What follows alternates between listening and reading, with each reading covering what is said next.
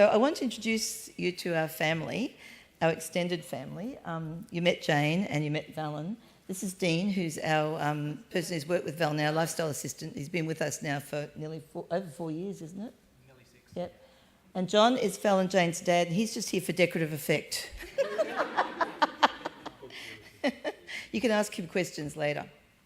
So, to put the context in our family, to understand more about who we are and what we're doing, Val lives with John, although he has lived with me, and we have all at different points lived together, and we have at many points moved between places so that Val could stay in the one spot and we could make sure that he had the best life he had. In between Jane and Valen, we have another child, Sally, who's married to Tom and has 2 beautiful children who you'll see in Jane's presentation. And today we're talking about good lives for people. And I suppose the big question is, like, what is a good life? When we talk about that, what is a good life? And I was reminded of this fabulous woman who came to Australia a lot early on in my career called Jo Dickey. And while I was in Canada recently, I caught up on what's happening for Jo. But she used to say, oh, you know, when we're talking about a life, it's not really about the Rolls Royce, it's about the Nissan. We just want the same life as everybody else has. And I think when we think about a good life, there are such different strokes for different folks, aren't there? And it's all for all of us about how much we challenge ourselves to think about how great our life will be. Hello, Pam Spelling. The Queen has turned up. How are you, Pam? I was looking for you before. See, it's family. So, really, in that thing about thinking about the world and what we want to try and achieve for people, I really believe that what we have to do is get out of that idea that it's all going to be about how competent the person is. Get out of that mindset altogether and start thinking about how human the person is. And so that's been our family approach right from the beginning. Not terribly interested in what people might say about a person's competency, and so much more about who is this person and what do they need and what will life look like. I'll sit down later. I'm just going to do a bit of a talk, and then I'm going to do your PowerPoint for you. He's very keen. I know, so let's get on with it. So Val's presentation is kind of interesting. I haven't worked out whether we should speak it or whether we should just let you read it, because actually what I did was go through a whole range of things with Val and ask him from a range of questions what he might feel about certain things he does in his life. And so I think I will read them out. But the story so far is that Valen is living with John, and now we're starting to think about the future, about what will we be doing next, which is a big question. So we live in Townsville. I've just made it look as beautiful as it possibly can be, and it is. So we live in Paradise.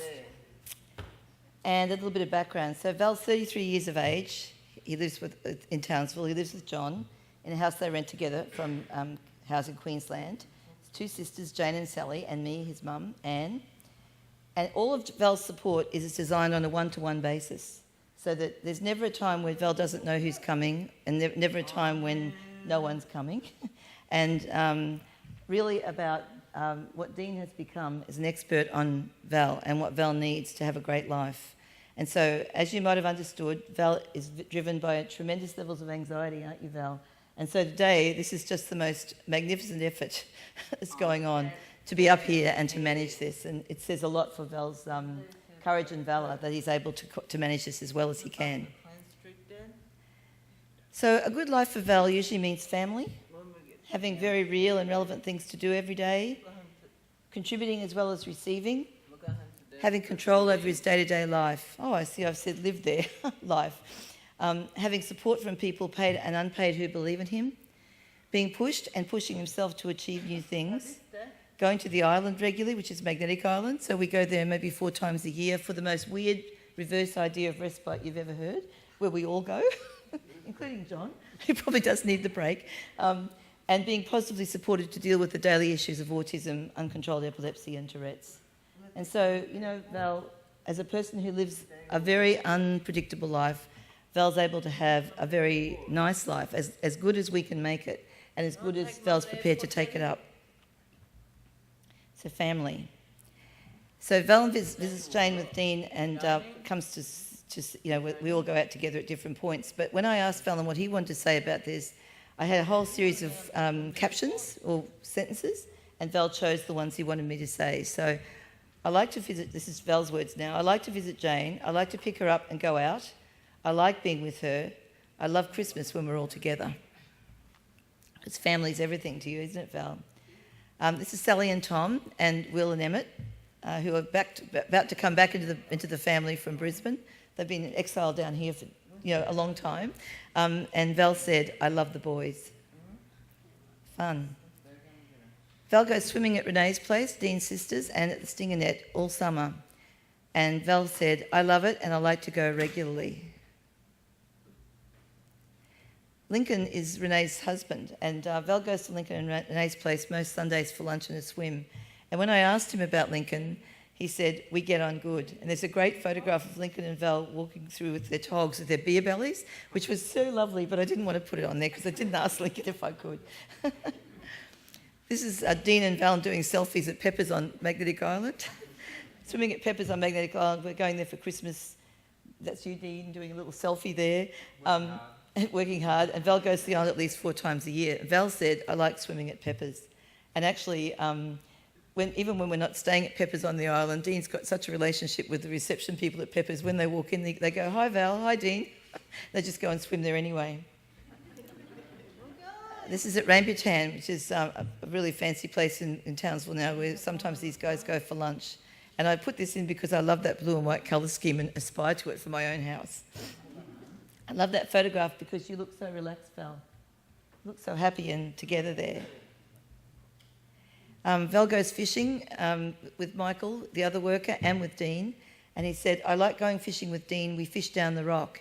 And last year there was this amazing day, wasn't there, Val, where all the planets aligned.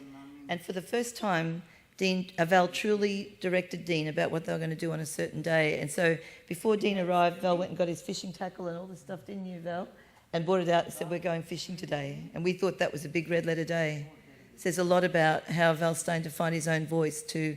There's a lot of choice Val makes every day, but that was such an active and obvious choice. Val goes for picnics at the Strand, and Val said, I'd like to ask other people to come along, which is an interesting thing because that's our next challenge, how to build more people into your life, hey, Val? So try to work out how to build the people that are already there and how many more people could there be that could be part of Val's circle. So Val banks at Suncorp. He's been there since he was 16, and Val says, the girls at Suncorp make it nice to be there. I've been a customer since I was 16. Dean likes Alicia. Alicia likes Dean. So do I. She always talks to me. There's been a few girls who had a bit of a crush on Dean in the history of the Suncorp experience. He says, no, it's not true. Val's haircut. This used to be the most stressful thing that Val ever did. And Val wrote, I've got a hipster haircut. I like it. Quite frankly, I don't think the barber knows what a hipster haircut is, but it's closer than it was. These are the big things that Val's been getting to in this last year. Getting an X-ray. Val used to find it very hard to stay still, and as you see, still does, and yet was able to achieve these things. And Val said it was good to be successful. And this is one of the big things that's been the most wonderful experience between this dynamic duo has been the ways that Dean and Val have been able to work out how to be successful together, to do the truly challenging things. These are the coffee machines, as Penny said. Val, Community Connection leased 2 coffee machines, and Val subleased those machines. One has been out of action for quite a long time, but the other one's been at the golf club, and we've just recently got the other coffee machine back into action. And Val said, I like going to the golf club to service the machine. I like Vicky. Vicky's the person who is working there. Val also makes a contribution by filling up the cars at Community Connection. We don't have the kind of bank of cars that you guys have at the pool, but we do have 3. And so every week on a Monday, Dean and Val fill the cars up, and that's a big help to us to do that. So getting a blood test, this is the latest major achievement. So Val has a fabulous doctor, and he said, we really do need a blood test. It's taken us quite a while to work up to it, but we'll talk about that a bit when Dean gets to come and talk. But Val said, Dean helps me, we're a great team. And this is another big thing that's happened this year. Val's going to a massage. She's been going twice a week, and he's moved beyond tolerating it to actually relaxing. And when John, Val's dad, saw that photograph of Val with his head in the hole having a massage, you just, it's something short of miraculous, this attempt to try and make sure that that he can do this. So that's Val's presentation. So thank you for listening. Thank you, Val. One of the interesting things about how Dean got into this job... I used to be in the army, doing all the stuff army boys do, and I got injured, and I was just looking, I was getting bored, I was going batshit crazy, and sitting at home, still getting paid and everything, and I was like, nah, this is not for me, I need to get out and do something. So I've opened up the employment section and closed my eyes and just flicked through, and went, that one, oh shit. And I thought, no, Coprolalia. Well, I never thought I'd be suited for it, to tell you the truth. It's not something I never ever thought I'd actually apply for. So I thought, no, bugger it, I'll give it a go. And that's when I went into Anne, and Anne had a bit of a talk to me, and she must have seen something, and she gave me the job, and yeah, I've been loving it ever since. It's I never thought I'd be actually suited for it, but yeah, I've sort of taken to it like a duck to water. Really What did your mother say about you doing this job? She can't believe I've got the I can't believe I've got the patience. It's unbelievable. But yeah, she couldn't believe I've got the patience either. But yeah, 4 years later, she's still shaking her head. So what do you most like about it? I was actually going to say that's why Val and I are a pretty good team. I've taught him a few things, and he's definitely taught me patience. Yeah, which is fantastic. So what do you think? What's the things you like the most about that job? The freedom. I like the freedom of being able to do what we need to do, when we need to do it, without any time constraints or anything. The one-on-one. I love the one-on-one stuff, where I actually get to work with Val, and Val gets to help me a fair few times too. He especially does. when I leave my wallet down, and he makes sure I remember it, or my glasses, or pretty much anything. He helps me a fair bit in that regard. And also I feel like a strong sense of accomplishment too, when we're trying to do a fairly difficult job, and Val gets up, combats all his ACDs, his anxiety, and we get the job done. I feel a strong sense of accomplishment with that too, and yeah, we both enjoy his success. I know when he's enjoying it, and he knows he's done something really, really good, and I appreciate that too, and yeah, very proud. What's the most challenging? The most challenging, definitely battling the anxiety and the OCD issues. That's a really big one. Also, helping Val realise that anything's possible, which is something he's starting to realise now, I think. And another small one is when we go out. Most people are terrific, like most people are very, very inclusive. But there's been certain places where we go to, they still don't get it. And we'll be up at the counter, or talking to the people and everything, and they'll keep on directing the conversation back to me, whereas that's Val trying to do whatever he needs to do. And yeah, that's one of the big things too, just getting it directed slowly back towards Val. Do you want to talk a bit about what you do during the day? Yeah. The biggest one, we do a lot of stuff, but the biggest thing that we do, and I think probably the reason why I like the job so much is because we enjoy what we're doing. We go fishing. A few of my mates have rung up a few times, and they said, what's going on? What are you doing? I said, just down the strand, which is where all the water is and everything, looking at the water and the sand, and having a good time and having a barbecue down there. And they'll say, I thought we were working today. I said, no, I am. Yeah, some of them hung up on me pretty quickly, but just jealous. Yeah, we go fishing, barbecues. Ian's already mentioned the massaging and the cars as well. Massaging is a big one. It's where I've sort of really seen Val relax and start to enjoy himself doing that. And another big one too is the coffee machines. And I can see when Val walks in doing the coffee machines and everything, he's actually got a sense of purpose, and he enjoys doing it, I think.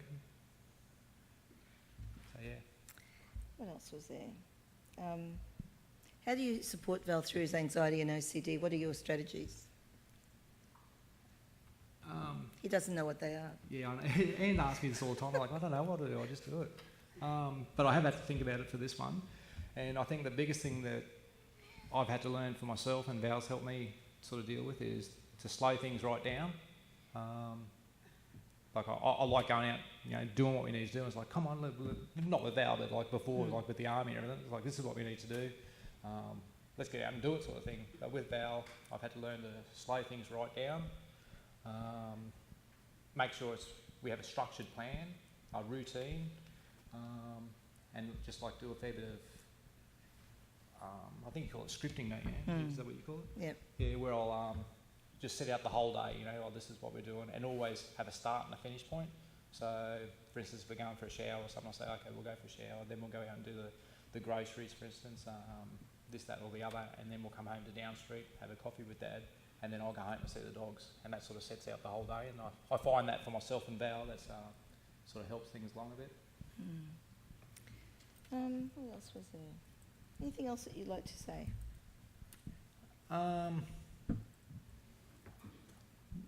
Not really, just that sort of Val's helped me, probably as much as what I've helped him.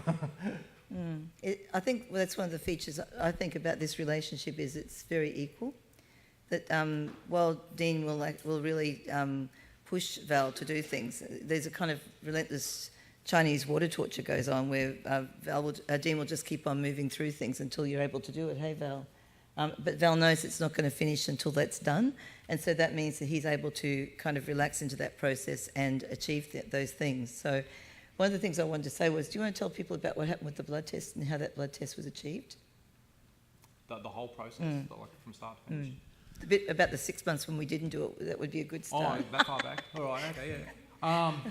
Well, Anne was asking me to get Val a blood test, and it's not something that we just did off the cuff. There were a lot of planning and everything went into it.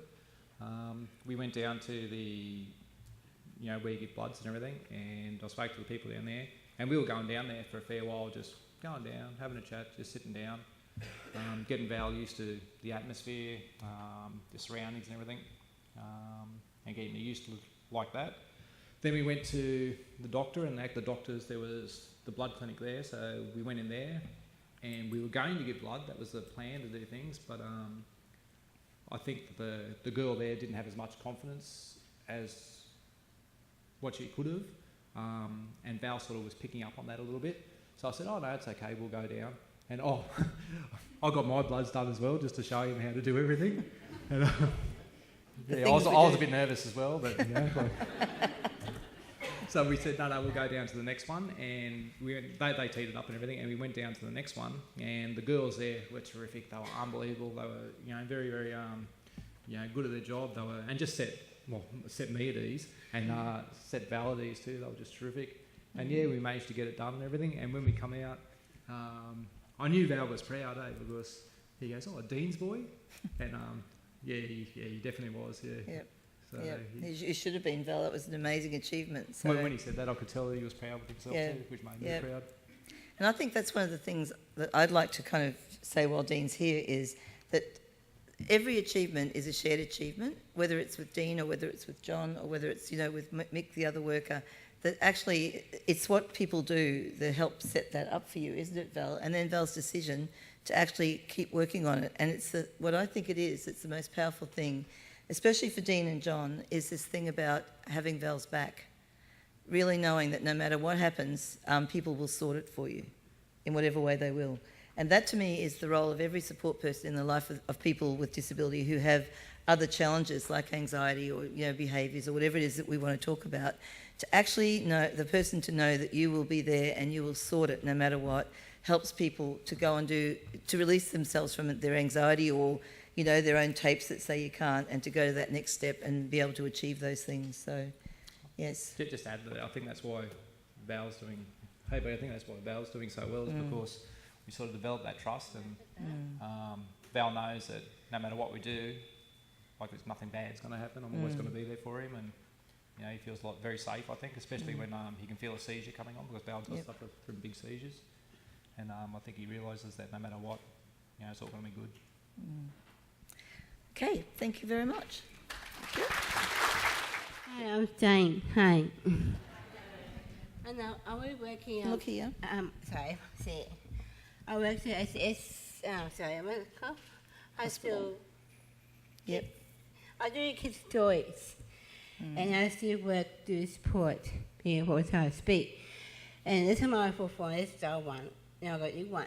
What's that, new uniform? And then I got you one out. Why don't we tell people about what happened with your uniform? I see change the hour shirt because I got the Pakistan thing.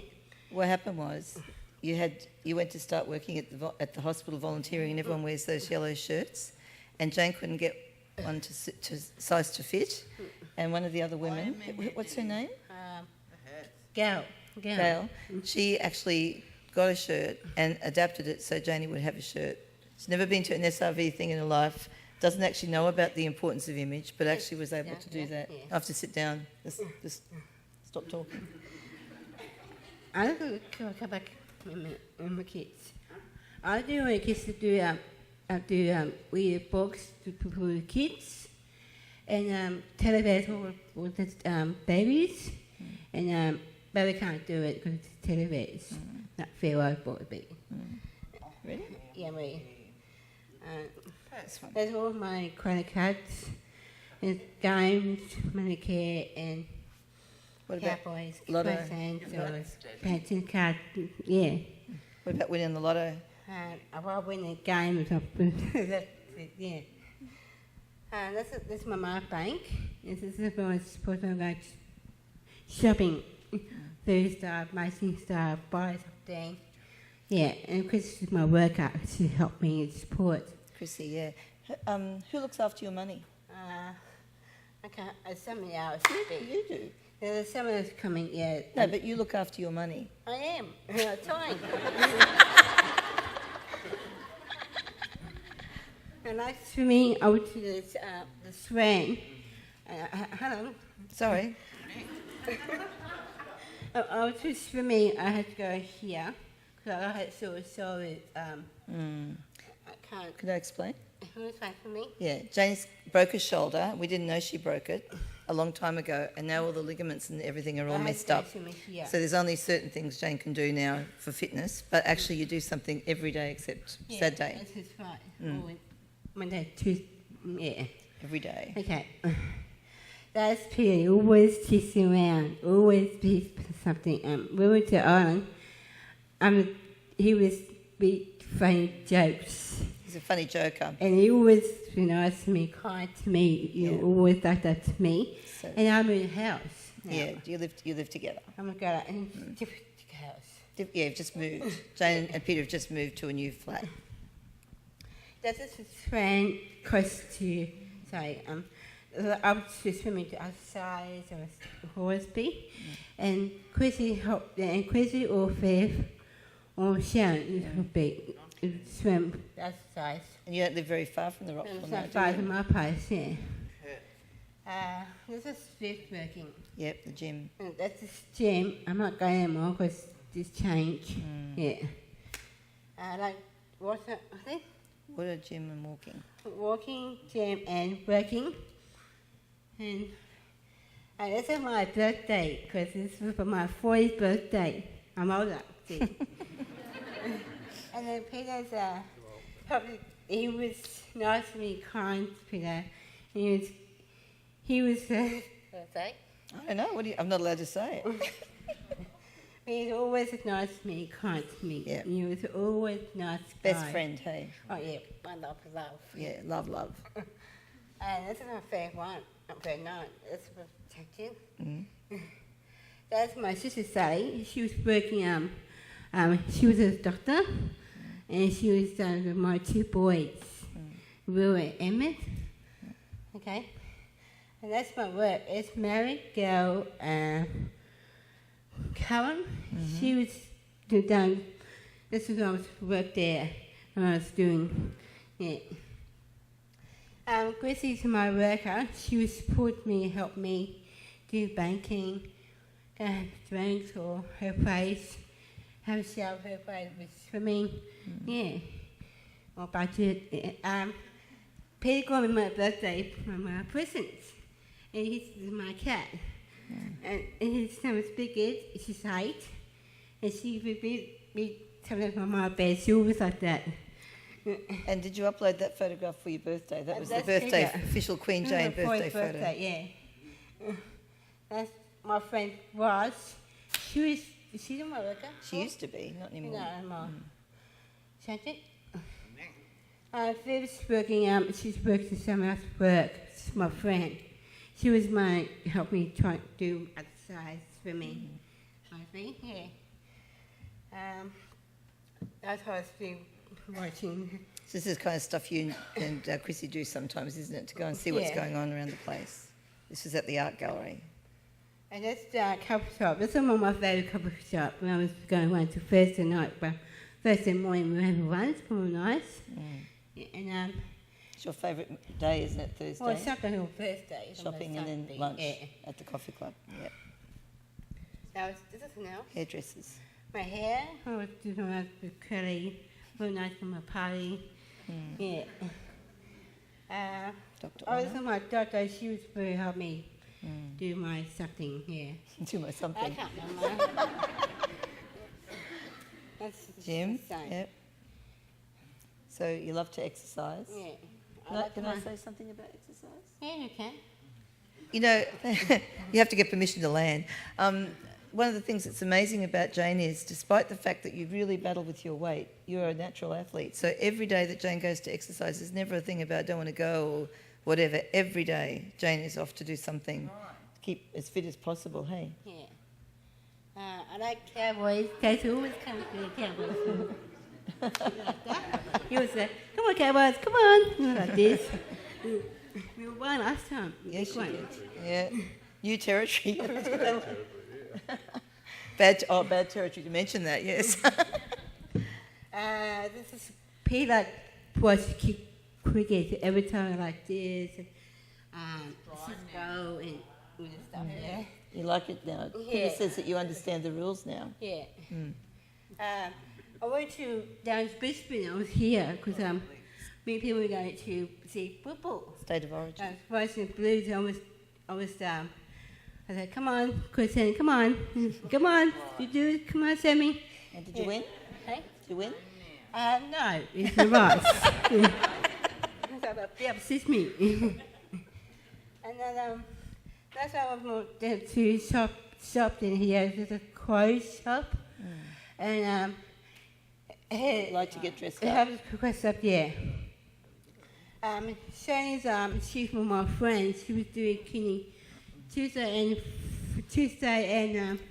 she's doing kidney Tuesday and Thursdays. She's doing painting like this. So these are some of Jane's paintings. Sorry, Janie. That's what she's painting. She'll help me like this. She'll be like this. Yeah, I was very that'd be like great. my aunt. Thanks. And she was the yeah. Yeah. That'd be great. What's else? So Shirley is the cleaner who turns out to have a passion for painting, and Janie thought she had a painting in her, and so some friends bought her some supplies, and then Jane started to paint, which is just fantastic. Yeah. That's so I went to speaking my life. And that's what speaking of what I was doing. And I was doing talk about my life. And Lorna was one of the people who asked you to New Zealand, wasn't Yeah, she? we were saying, Yeah, yeah. went to Wellington. Yeah. When I was doing speaking. What else? I don't know the one. Well, it's all about paying your bills and being I neighbourly, help bills and shopping and cooking. money, shopping, cooking. Yeah. But the whole idea of having your own place is Yeah. really important, isn't it? I moved a house because I moved. Yeah. Because I was the landlady as well as the mother, and now I'm not the landlady anymore, which is really No good. more. So this is your The team. movie team. That's it. So Peter's part of your team? Yeah, he was. Yeah. But yeah. Chrissy, I don't know Chrissy. Yeah. Viv? Done. Sharon? Sharon, she, her daughter, she's her daughter, and then she, Does your nails? yeah, and- she do my nails and do swimming, doing stuff, yeah. She's lovely, isn't And she? she's been nice today. And this has been my 40th birthday, is it? Yep. At the 40th birthday of the Community Connection Yes, team. and Peggy and Debbie got me white ring, and this is for my friends. Bought you a ring. Oh, yeah, and she got my perfume as Perfume, well. yep. Yeah. That's Dr. it. Orna? This is my swimming. I was talking about. You know, I feel like to here because I'm, yeah. So that's the end. I was going to say Smith. Sorry. Pee we were fishing, and he said, "Uncle, it's shark, it's big shark." Oh, yeah. Uncle, that's for me. Jane caught the shark. And then his call is Stickway. Yeah. Jane is the fisherwoman in the family, the high technology person in the family. Yeah. Can actually manage to tune in the video or the DVD many years ago, all sorts of things. So you're very clever, aren't you? Thank you. Thank you. Thank you for playing. I want to talk about winners and losers and Olympic medals. Because I think that actually in the world we live in, we're all kind of keen to think about winners and that horrible, horrible thing that you see people do, you know, the loser thing, which I think must be one of the most terrible blights in our society, this idea of people who've really got it and people who really haven't. And there's such a level of arrogance about who's got it and who hasn't, isn't there? About how we make decisions about who will be valued, who won't, who's really got the brains or whatever it is that we're trying to work on. And so part of what I want to talk about now is a bit about how we can build on people's strengths and to not pay so much attention to what people can't do. Because I think in the paying attention to what people can't do, we get ourselves tied up in knots. And I'm a big SRV, social role valorisation fan, although you'll never hear me using the terms and whatever. I believe everything that Wolf ever said about this. But there is this powerful thing about role expectation. When we believe in people and we give people opportunities, it is remarkable where people will get to. So an example of today is actually Val, you coming down on the plane, which, by the way, last time when Val was quite small was quite a traumatic experience for everybody, and we did wonder whether we would be able to get back on the plane, even though it's probably 20 years since that happened. So Val got on the plane yesterday and came down here and has sat through this presentation, and that, ladies and gentlemen, is a gold medal. It's a gold medal at the Olympics.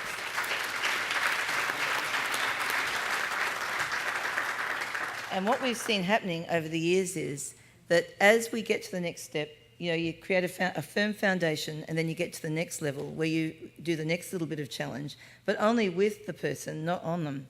Not making demands on you, Val, that you can't achieve, but to really try and create the fertile bed for that next step. So that's been the journey that we've been on for a long time. And, you know, it started a long time ago before I even knew what a strengths-based approach was, because when Jane was born, John and I took her home from the hospital. You were 5 days old. We just had this big diagnosis. We were very young. As you can see, I'm a very young mother of a 40-year-old. I might have only been 12 when I had her. I don't know. Something happened. And the song came on the radio. My mum may have been the first person in the world to think that people should be restrained in cars. But on the way home, Janie was on my knees and John was driving home. And on the radio came that song from Joe Cocker, "You Are So Beautiful." Your song.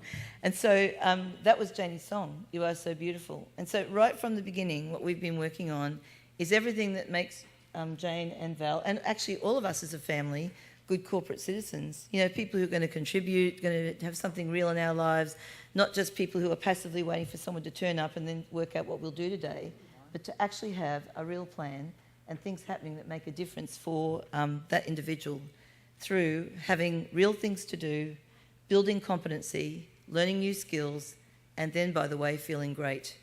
And I wanted to talk a little bit about Olympic medals and building competence because, you know, I've been a person who's kind of considered to be quite a good learner. And so I've had a lot of experience of, you know, learning new things and achieving.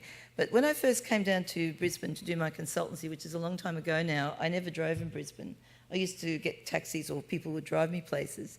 And I remember once, I think it was Julie from Centrecare said to me, "Oh, you can drive down to Manly, take one of the cars." And I went, "I can't drive down to Manly, I don't drive in Brisbane." She said, "Don't be stupid, get in the car." So I had to get in the car, and once I started driving, I realised, you know, it's pretty simple.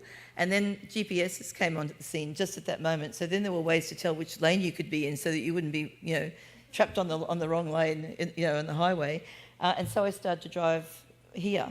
And then I started to drive anywhere, including over in Spain and lots of other places. In doing that, the sense of achievement I got really hit me. And I think sometimes when we're working with people with disability, we can forget that actually people can keep on growing and learning and developing. And when that happens, that has a magical effect on the person. You know, it makes a huge difference to how people feel about themselves. This is not being a person with disability, this is about being human. This is how we all are, wired up as human beings. So trying very hard to make sure that we are offering enough challenge, but from the foundation piece and the framework that says that challenge comes from a point of really great relationship between the person who's there, either paid or unpaid, who's going to help this person through that next step. Does that make sense to you? So that's been a very powerful thing for us. And so over this time, both Jane and Valen have had many, many Olympic medals. And you know what? I have to say this, I'm going to say it publicly. It's almost as bad as swearing, but I'm going to say it anyway. It just gives me the shits that actually that woman who's the ambassador for Queensland, for the NDIS and once for the Queensland government, is a person who uses a wheelchair. It just gives me the pips.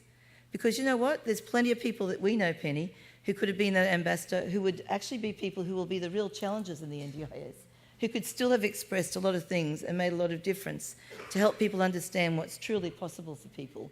And we don't get into this hierarchy of who can, who can't, and how we will and how we won't. So I think that we've got to really, in our own minds as workers in this field, as family members, you know, people who are part of everyone's lives, because you've got the lived experience of disability too, by the way. I wouldn't be claiming that as a higher order for families. I think we spend a lot of time with people. You get to understand a lot about who people are. And so kind of challenging that stereotype of the person standing at the top of the hill on the skis, getting up out of his wheelchair. There's a Cecil D. DeMille soundtrack that goes, and the person skis down the slopes, and this is what we've done. We've got the person back walking. Well, we're not in the business of curing people. We're in the business of helping people be the best they can be. And people are perfect just the way they are, in my mind. So we're not about fixing. We're about making sure that people's lives are the best they can be. And that is the role. That is the true role that we're all trying to work in. And in order to have the best life and to be the best you can be, that does require opportunities to contribute, to receive, to be part of a bigger circle than just, you know, your tiny little intense family circle, to be out in the world and to be what I always tell Jane and Valet are beacons for people in the community to understand more about what's really possible for people with disability and for us as a society. Because this isn't just about us as the stakeholders, families, services, people with disabilities and their workers. It's actually about the whole community getting something so much better if we're all together. So I think we've got to really think about that and try and make sure that we're working in a framework that says that we're much, much wider than just our support, this family, this service, but to see ourselves in a much wider way. So as a family, I have to say that the lived experience of disability has been frustrating and irritating, not from the perspective of the support that people needed, although there have been decades when I think we thought we might be crushed. There's so much to do, or so much that no one else was doing. It's been that systematic rejection. Now, I'm not one of those people who is like romantic about community, because I've lived in a community where no one ever came and said, can I help? But I do know that actually community is the only place that people can be.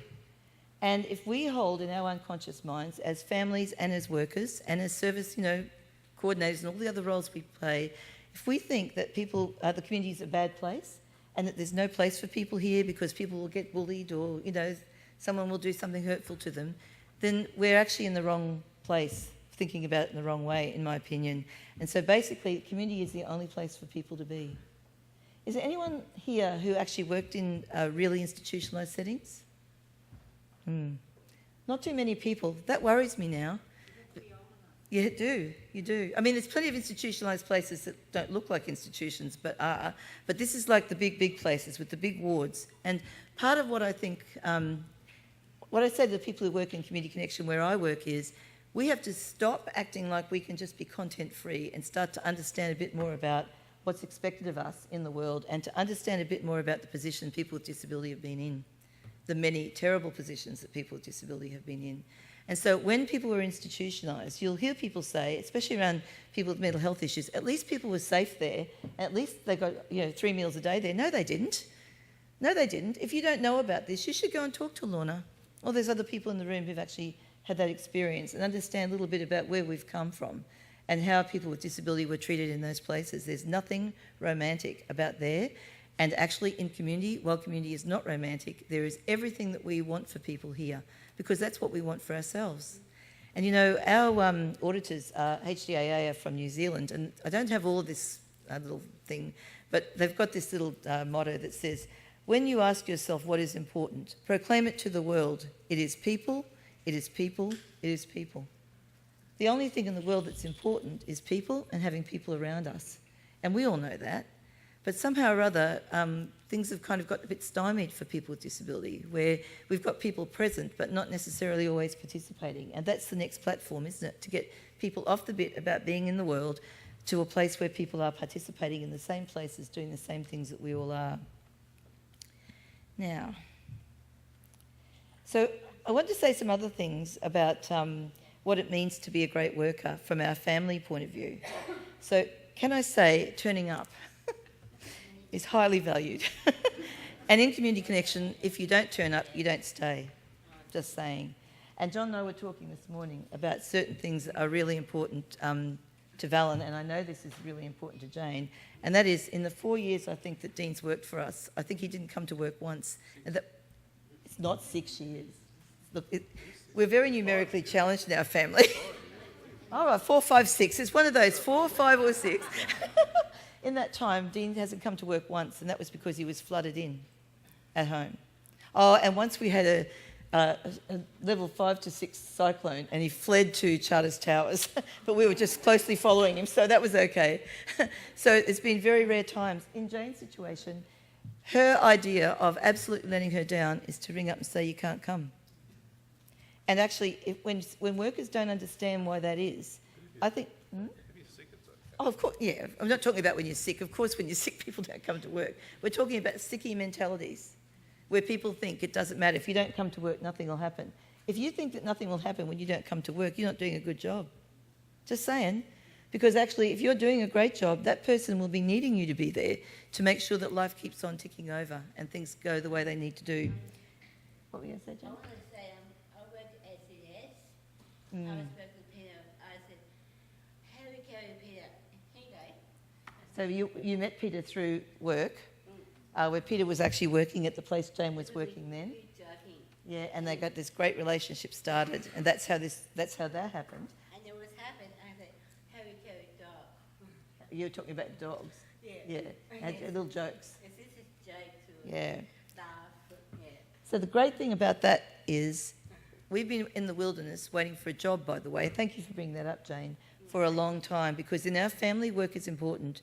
John worked like a dog until he stopped, and still works pretty hard, in terms of supporting Val. I've worked every year I possibly could.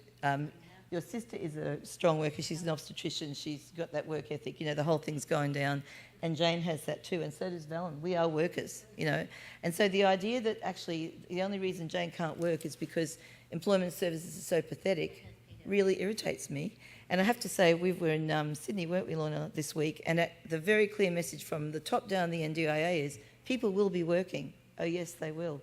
And actually, I can't say more strongly how important this is for people to get out and be working in whatever way they can. So, for you, Val, because it's very difficult to predict how things will be in the mornings because of seizures and other things that happen, we had to create the job for Val, didn't we? So that you'd have something to do every day that makes the world meaningful. And I just have to tell you that Val has put himself into a little trance, so he'll be able to listen and be part of this. And sometimes in your work, just getting your eye in to when people are really working in their own best interests and, achieving the gold medal, and being able to say to people, that was amazing that you did that. That's actually one of the things that we need to get better at in our work. Telling people when they've done well, because we're really good at telling people when they don't. We know everything about people who've got challenging behaviours, but we're often not very good at actually helping people or telling people when they do well. And one of the lovely things that happened for you, Val, when you were little, was Val, when he was little, couldn't cope with a compliment. So if you gave him a compliment, he'd go all silly. So we started by saying, I'll ring up Nana and tell her what you did. And he would love that, wouldn't you? You'd love it when I rang Nana up and said, Val did this. And eventually it got to the point where Val would say, you ring up Nana, you tell her he did blah, blah, blah, blah, blah. Which means Val got engaged in his own success.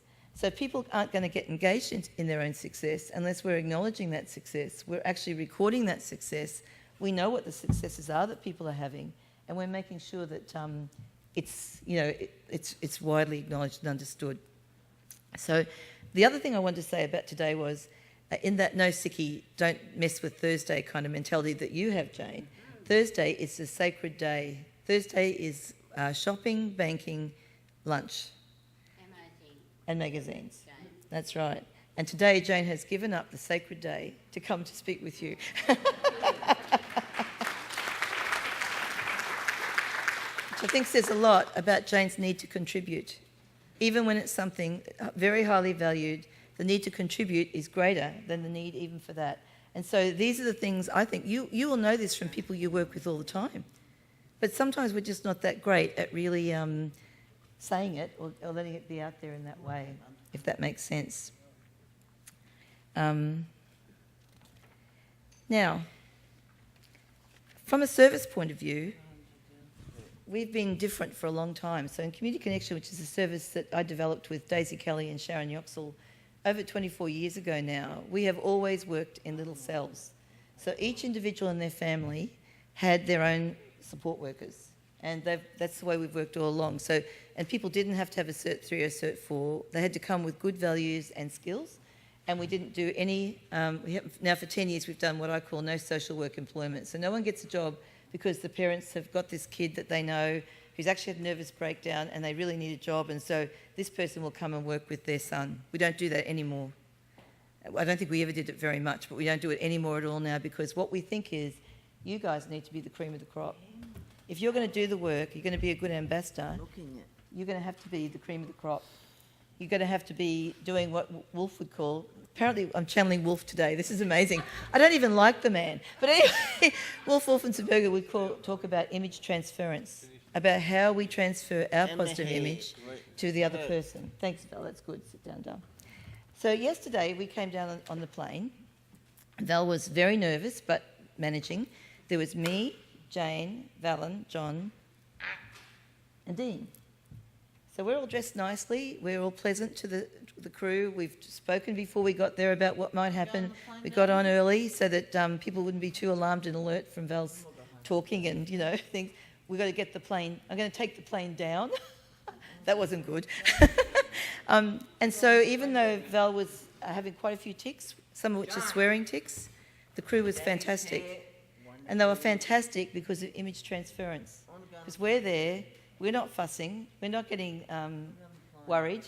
We're actually smiling at people. We're asking for some more water. We're actually just in our life with the person we love and value with us. And amazing what the community does is actually take careful note of what you're doing, and funnily enough, most of the time, they just follow the lead. So as we're getting off the plane, I say to one of the crew, who was on my flight the night before, thank you for being so understanding. Val's got Tourette's, so sometimes, he says things that might be concerned to others, and thank you for moving that little boy who was across the road from us. And she said, I thought that might be the situation. They already knew, you had autism, Val. But they said, but we didn't move him for that. He was fine. We just moved him up because he had to get on a flight, and they wanted him up closer so he could get off the plane quickly. But it was the perfect case of image transference. What happens when all the people around the person are acting like good ambassadors for him? And by the way, Val was putting in like the 110% effort himself to manage this situation, something which was quite difficult for him. So as a service, we have been I don't want to use too much jargon, but we have been strengths-based from the beginning. I'm not interested in what people's IQ is, and we don't use the word intellectual disability about anyone. That's actually one of those banned words, and the other one is client, because we don't have any clients at Community Connection. And people will say to me, well, what do you call people? And I go, I don't know, probably their name. Personalised support. There's a million words you can use that aren't that jargon that we get into in service land. We don't wear any uniforms. And one day when Val was going to get a new bank account, which by the way is a very complex thing when you can't sign, but it turned out Commonwealth Bank's logo worked. The Commonwealth Bank can. So we were in there getting this account, and Dean and Val were there with me while he had to do certain things, and then they left. And this lovely teller said to me, is Dean Val's brother? And that's what we want. We want people to be with that person in a very ordinary way. So that's the way the relationship is set up. I've also got my dad and Val's father. Which really offends him.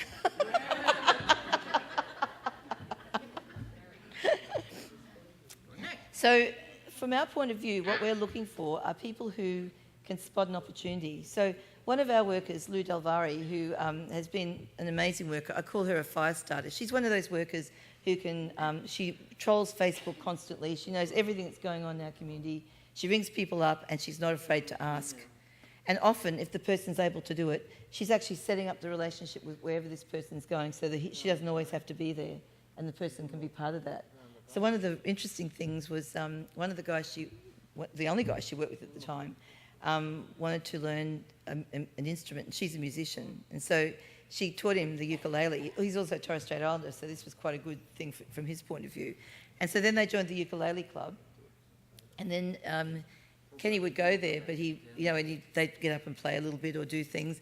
And then she got him to be because he's very good technically, so she got him to start doing all the setup. So he had a role in setting up the stuff for the club. And then she would say she couldn't come next week, and she'd organise for someone to give him a lift. They're all home, and certain things could happen in that way. So she knows a lot about how you can set the world up so that people can actually find a place, and she's not, even though she's the most attractive person, very, attractive in that sense that people want to talk to her, want to be with her. She knows how to kind of move it sideways so that the relationship can build between the person she's supporting and the person and the new person in the community. You've done well, Val.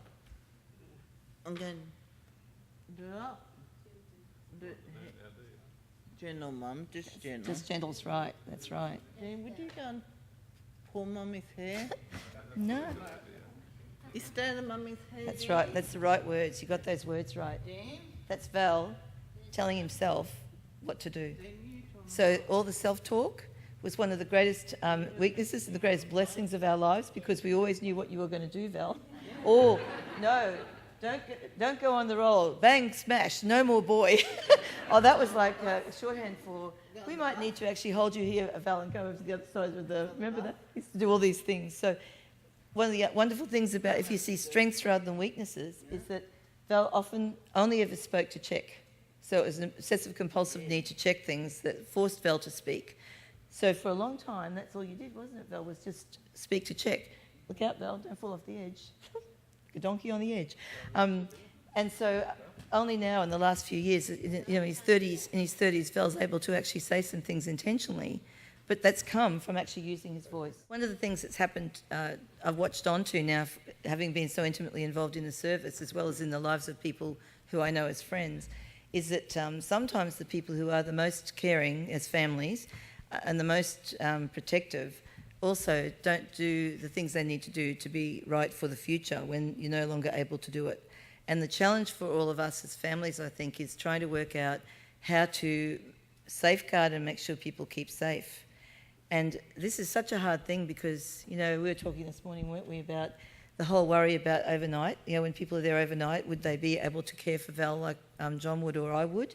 Will they wake up if Val wakes up? All those sorts of things. These are the fears, I think, that most families have about the things that we instinctively know keep people safe, whatever that is in each family. And so I think at the moment what we're on is a process of talking. At the moment, for the last 15 years, I think, John and Val have lived together in one form or another, or backwards and forwards a bit, isn't it?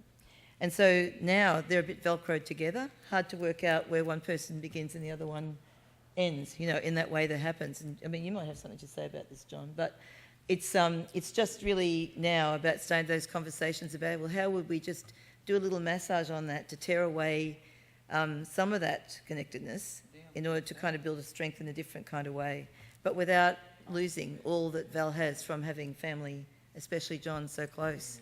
So that's the challenge. I mean, I've done that stuff about your will and, all those sorts of things, but that's nothing compared to the things about the future. And my great fear is that there aren't enough people around. I know that Sally and Tom will be there, and they've said that to me already, but I don't think that's enough. I think everybody needs more than just their slightly extended family. So that's where we are right now, is working on those things. Have you got any questions about, the stuff about today, with you being here, Val, and Val needing to talk and do those things? We've kind of made a plan as a family. I'm not one of those people who thinks it's okay for people to, don't fall off.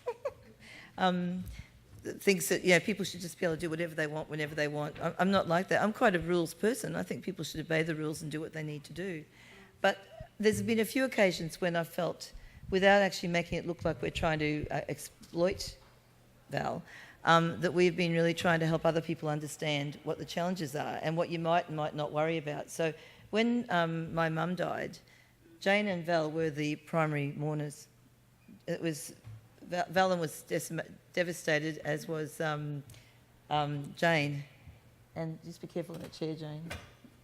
And so it was very interesting when we went to the priest to say, we're going to do this funeral and whatever, and to say that Val would be a primary mourner. And so Val might engage in Tourette's, he might do a Maasai jumping tick, he might actually swear, he might call out loudly, but actually more than anyone else in the room, he was actually the person who loved Mum the most and was closest and had spent all of his childhood with her, you know, with us.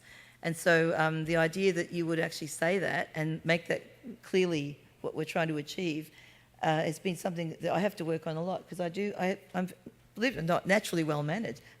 Don't die laughing. So I don't like the idea of people being interrupted in what they're saying or whatever, but I think sometimes we have to do these things. Thank you.